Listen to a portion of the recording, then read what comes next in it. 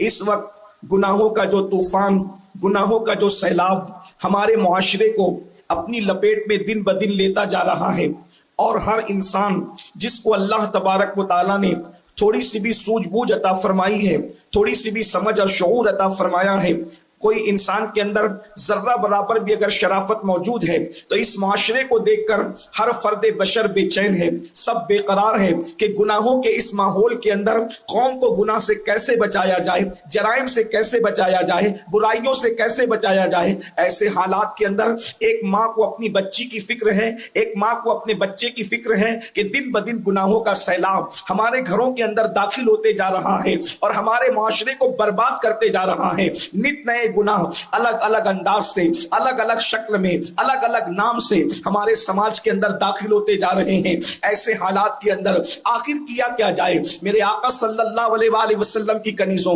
یاد رکھنا سارے گناہوں کا علاج، تمام برائیوں کا علاج صرف ایک چیز کے اندر ہے، اور اسے خشیت ربانی کہتے ہیں، اللہ کا خوف کہتے ہیں۔ خدا کا خوف وہ چیز ہے جو انسان کو گناہوں سے روک دیتا ہے۔ اللہ کے خوف کی بڑی فضیلت بھی ہے۔ سب سے پہلی بات تو یہ کہ جس کے دل میں اللہ کا ڈر پیدا ہو جائے، جس کے دل میں اللہ کا خوف پیدا ہو جائے، جس کے دل میں خشیت ربانی پیدا ہو جائے، اللہ اکبر، اس کا دل خود بخود جو ہے وہ گناہوں سے دور ہوتا چلا جاتا ہے۔ ابن الجوزی نے اپنی کتاب میں لکھا ہے، وہ فرماتے ہیں خوف خدا ایسی آگ ہے جو شہوت کو جلا دیتی ہے، جو خواہشات نفسانی کو ختم کر دیتی ہے۔ جیسے جیسے دل میں اللہ کا ڈر پیدا ہوگا، جیسے جیسے دل میں اللہ کی خشیت پیدا ہوگی، جیسے جیسے دل میں اللہ کا خوف پیدا ہوگا، انسان خود بخود جرائم سے دور ہوتا چلا جائے گا۔ اور سن لو، جب اللہ کا ڈر پیدا ہوتا ہے تو انسان کی آنکھوں سے کبھی اللہ کے خوف سے آنسو نکلتے ہیں، کبھی انسان اللہ کے خوف سے لرزتا ہے، کبھی اس کا دل بے چین اور بے قرار ہوتا ہے۔ اللہ کے سچے رسول صادق و مصدوق مصطفیٰ جان رحمت صلی اللہ علیہ وآلہ وسلم ارشاد فرماتے ہیں، جس کی آنکھ سے اللہ کے خوف کی وجہ سے مکھی کے سر کے برابر بھی آنسو نکلتے ہیں، اللہ اس چہرے پر جہنم کی آگ کو حرام فرما دیتا ہے۔ اللہ اکبر۔ ایک مقام پر حضرت سیدنا کعب احبار ارشاد فرماتے ہیں کہ اللہ کے خوف سے آنسو بہانا مجھے اپنے وزن کے برابر سونا خیرات کرنے سے زیادہ بہتر معلوم ہوتا ہے، یعنی اپنے وزن کے برابر سونا خیرات کرنا اس سے بہتر مجھے لگتا ہے کہ اللہ کے خوف سے آنسو بہایا جائے، خدا کی خشیت میں آنسو بہایا جائے۔ حضرت سیدنا عمرو ابن عاص رضی اللہ تعالیٰ عنہ ارشاد فرماتے ہیں اللہ کے خوف سے ایک آنسو کا بہایا جانا 1000 درہم خیرات کرنے سے زیادہ بہتر ہے۔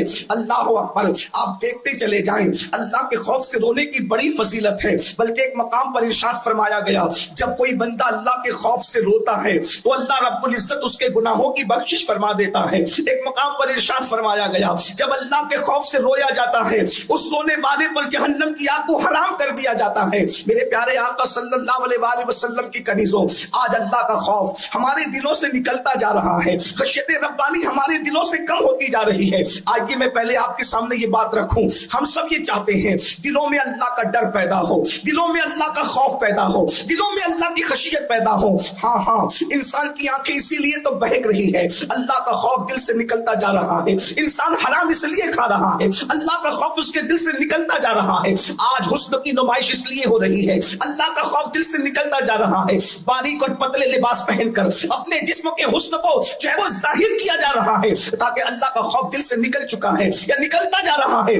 آج یہ میں آپ کو بتاؤں اللہ کا خوف پیدا کرنے کا طریقہ کیا ہے۔ صوفیہ فرماتے ہیں سب سے پہلی چیز اللہ رب العزت کی محبت، اس کی عظمت، اس کی ہیبت، اس کی بزرگی اپنے دل میں پیدا کرو۔ کس اللہ کے ماننے والے ہو، کس رب کے ماننے والے ہو؟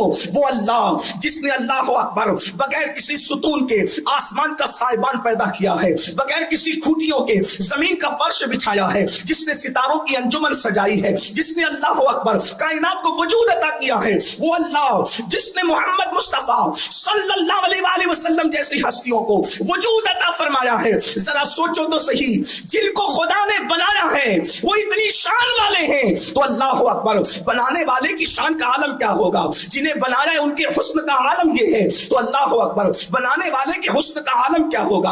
اللہ اے خاتون جنت رضی اللہ تعالیٰ عنہ کی کنیزوں، اللہ کی شان پر معلوم کرو، اللہ رب العزت کی شان کے حوالے سے گفتگو کرو، مطالعہ کرو، یا اللہ رب العزت کی شان کے حوالے سے باتیں سنو، دل میں اللہ اللہ کا خوف پیدا ہوگا۔ اور دوسری چیز یہ تصور کرو، اللہ دیکھ رہا ہے، ہم تنہائیوں میں ہے تب بھی اللہ دیکھ رہا ہے۔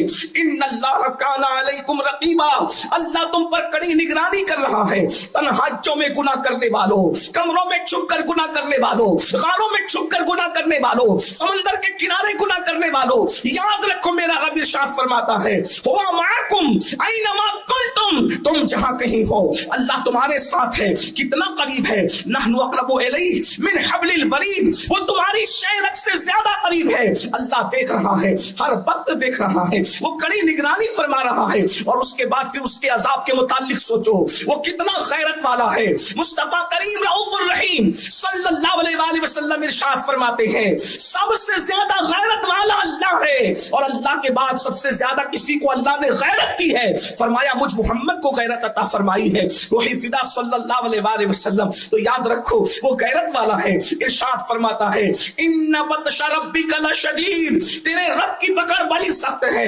گناہ کرنے سے پہلے سوچو، جوانی میں گناہ کرنے والوں، اپنی خوبصورتی پر گناہ کرنے والوں، خوبصورتی پر اترا کر خدا کے غضب کو دعوت دینے والوں، ذرا غور تو کرو۔ وہ فرماتا ہے ان بطش ربک لشدید، تیرے رب کی پکڑ بڑی سخت ہے۔ اللہ اکبر، بڑے بڑے بادشاہوں کی پکڑ کی، کسی کو دریا میں غرق کر دیا، کسی کو سمندر میں غرق کر دیا، کسی کو لگڑے مچھر سے ہلاک کر دیا، کسی کو زمین میں دھسا دیا، خبروں کے نشان مٹ گئے، خاندان کے خاندان مٹ گئے، نسلیں ختم ہو گئی۔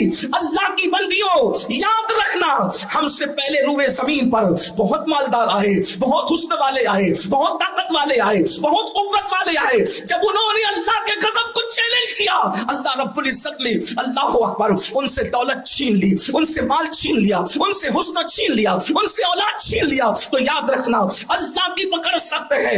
جب اس پر غور کرو گے تو خدا کا خوف پیدا ہوگا۔ اور اس کے بعد پھر یہ بھی سوچو اللہ اکبر، اللہ رب العزت نے عذاب کیا تیار کر رکھا ہے۔ ایک مقام پر ارشاد فرمایا گیا ہے ان الابرار لفی نعیم وان الفجار لفی جحیم، نیکوں کے لیے جنت ہے اور نافرمانوں کے لیے جہنم ہے۔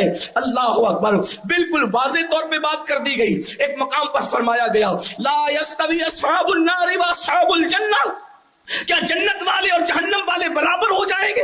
نہیں نہیں، دونوں برابر نہیں ہیں۔ ایک مقام پر ارشاد فرمایا قوا انفسکم واہلیکم نارا، اپنے آپ کو اور اپنے اہل و عیال کو جہنم کی آگ سے بچاؤ۔ اے خاتون جنت کی کنیزوں، گناہ کرنے سے پہلے یہ تو سوچو ہمارا وجود کیا اللہ کے عذاب کو برداشت کر سکے گا؟ خدا کے عذاب کو برداشت کرنے کی طاقت ہمارے جسم میں ہے۔ اللہ اکبر، اگر میرا اللہ پہاڑوں پر اپنے عذاب کو ڈال دے تو پہاڑ بھی پگھل جائیں۔ جس کے عذاب کو پہاڑ برداشت نہیں کر سکتے، جس کے عذاب کو یاد کر کے فرشتے روتے ہیں، اللہ اکبر، ہمارا کیا بنے گا؟